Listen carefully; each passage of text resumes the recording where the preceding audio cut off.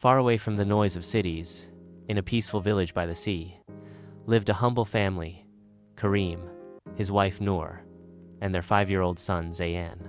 Their home was a small wooden hut, built with love, standing proudly near the water's edge. It had just 2 rooms, a few shelves, and a porch where they sat every evening, watching the waves. Karim was a fisherman.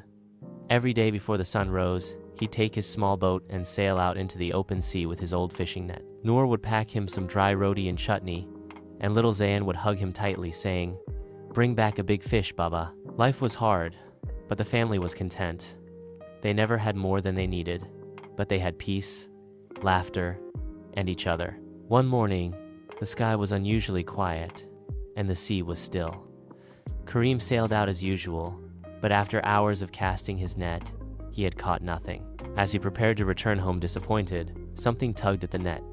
He pulled with all his strength. It was heavy.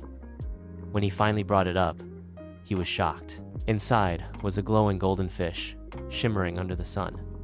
Before Karim could react, the fish blinked and spoke in a soft, echoing voice.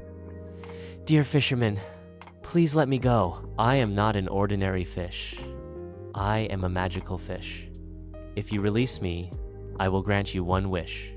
Karim's hands shook. He had never seen anything like this in all his years at sea. He thought about their broken roof, Zayan's worn-out shoes, and Noor's tired eyes after working all day. But then he looked at the fish's eyes. It looked scared, just like a child. So Karim smiled gently and said, "I don't want anything. Go back home to the sea." The golden fish paused and replied, "You have a good heart. Because you wished for nothing, I shall give you what you need, not what you want. Goodbye." And with a splash, it disappeared. Karim came home with no fish that day, but he told Noor and Zayan about what had happened. Noor, wise and calm, said, "You did the right thing. The sea will remember your kindness." That night, the winds changed.